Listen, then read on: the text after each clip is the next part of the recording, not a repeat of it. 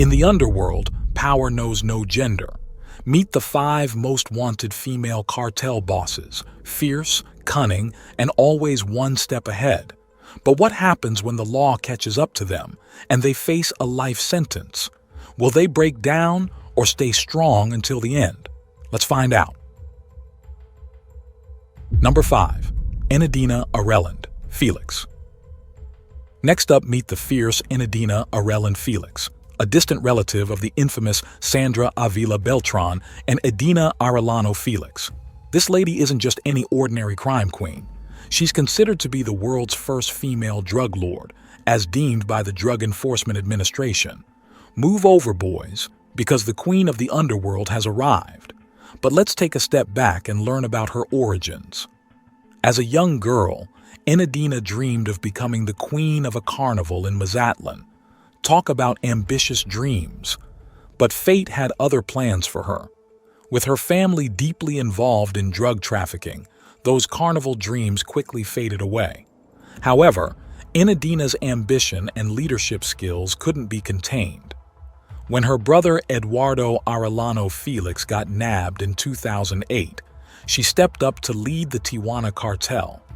That's right, she's a boss in every sense of the word. But before ruling the cartel, Enedina worked behind the scenes as a money launderer, a true mastermind. And get this, she graduated with a bachelor's degree in accounting. Who knew a university degree could lead to a career in the criminal empire? Now she goes by many names: the boss, the godmother, and the narco mother. And let me tell you, surviving the fall of her brothers and the takedowns of other cartel bosses in Mexico, that's no small feat. This queen knows how to play the game and come out on top. Number 4. Griselda Blanco. Griselda Blanco, a name that strikes fear in the hearts of many. The Black Widow, the cocaine godmother, and the largest cocaine importer of her time. This lady didn't play by the rules. She wrote her own, and it was a wild ride from the 1950s all the way to the early 2000s. Let's talk numbers, shall we? They say she was responsible for up to a staggering 200 slang. That's right, 200. She was like a wild homicidal maniac ruling the streets of Miami. You couldn't mess with her. She was the female Al Capone, a crime queenpin in her own league. But that's not all. Griselda's criminal journey began long before her drug lord days. Kidnapping, attempting to ransom, and even shooting a child at the tender age of 11. This lady was born to be bad. No wonder they called her the Black Widow. By the time she was a teenager, she was already pickpocketing and causing havoc on the streets of Medellin. She ran away from home to escape her mother's boyfriend's abuse and dove headfirst into a life of looting and mischief. But let's fast forward to the mid-1970s when Griselda made her grand entrance into the drug trade. Cocaine flowed like water from Colombia to Miami, New York, and California. She was a major player in this deadly game, and no one dared cross her path. This lady and her crew established a massive cocaine empire, and let us tell you, they weren't playing nice. Their violence created an atmosphere of pure lawlessness, especially in Miami, where it was like something out of a Hollywood action movie. The streets were on fire, and it was an all-out drug war. Picture this: a war wagon covered with bulletproof vests, basically an armored vehicle. Meanwhile, the police were still toting 6-shot revolvers, while these guys had Uzi submachine guns. Talk about being outgunned. In 1975, the feds came down on Blanco and 30 of her crew with federal drug conspiracy charges. But guess what? She pulled a Houdini and escaped to Colombia. She wasn't one to sit still, though, and she made her way back to Miami in the late 70s. But the DEA was hot on her tail, and in 1985, they finally caught up with her in a jaw-dropping arrest right at her Miami home. You'd think that would put an end to her drug empire, right? Nope. Even behind bars, she ran her cocaine business like a boss. She was no ordinary inmate. She was a queenpin locked up. But wait for it. 20 years later, she got released from prison, only to be deported to Colombia, where she met her fate in a dramatic drive-by shooting in 2012. Griselda Blanco, the Black Widow, the cocaine godmother, and the queen of crime, a woman who left a trail of chaos, violence, and broken laws in her wake. Her story is like something straight out of a Hollywood blockbuster, and it's one you won't want to miss. Number 3. Clara Elena Laborn. Well, it looks like we have a real-life drama unfolding here. Clara Elena Laborn. Archuleta, the infamous wife of the imprisoned drug lord Hector Beltran Leyva, was apparently on a mission to retake the turf and reclaim the throne for the Beltran Leyva cartel in Acapulco. But guess what? Her grand plans got cut short.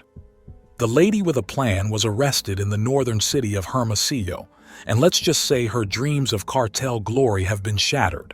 The once mighty Beltran Leyva cartel might as well be history now. Clara Elena, also known as La Señora, was cooking up some serious trouble. She had her sights set on Acapulco, an area once ruled by her husband's cartel without question. But little did she know that her ambitions would lead her straight into the arms of the law. Oh, but that's not all. Her name was plastered all over narco banners and messages in the southern resort city. Acapulco's homicide rate went off the charts, making it Mexico's most dangerous municipality, all thanks to her efforts to take back control. But here's the twist. She teamed up with the growing Jalisco New Generation cartel. It was a match made in drug lord heaven. However, her partnership didn't exactly go as planned, and now she's caught red-handed, allegedly with 2 kilos of cocaine and some firepower. Her arrest is like the final nail in the coffin for the once mighty Beltran Leyva cartel. Looks like their glory days are over, and it's safe to say La Señora's cartel dreams have come crashing down. And this was the story of power, ambition, and the rise and fall of a cartel queen, Clara Elena Laborn Archuleta. You may have had big plans, but in the end, justice caught up with you, and the world just got a little safer because of it. Number 2. Luz Irene Fajardo Campos. Well, it looks like La Donna, the female cartel boss, has finally met her match. Irene Fajardo Campos, known by various nicknames like La Comadre, La Madrina, and Yanka, has been sentenced to 22 years behind bars in the good old US of A.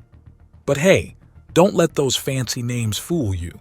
She's no fairy godmother. She's the queen of the drug trafficking world.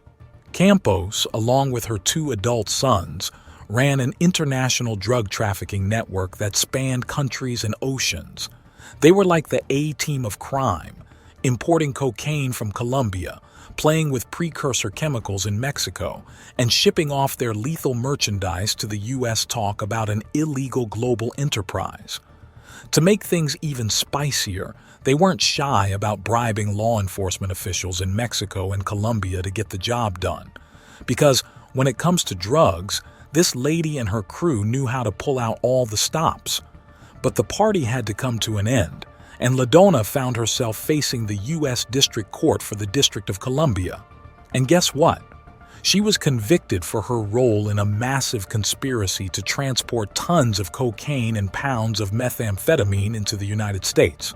Oh, she was quite the busy bee, folks. Number 1. Sandra Avila Beltran. And at number 1, we have a real-life queen in the world of crime, Sandra Avila Beltran, better known as the Queen of the Pacific by the media. This lady has been ruling the Sinaloa drug cartel in Mexico with a cunning finesse that's left authorities scratching their heads.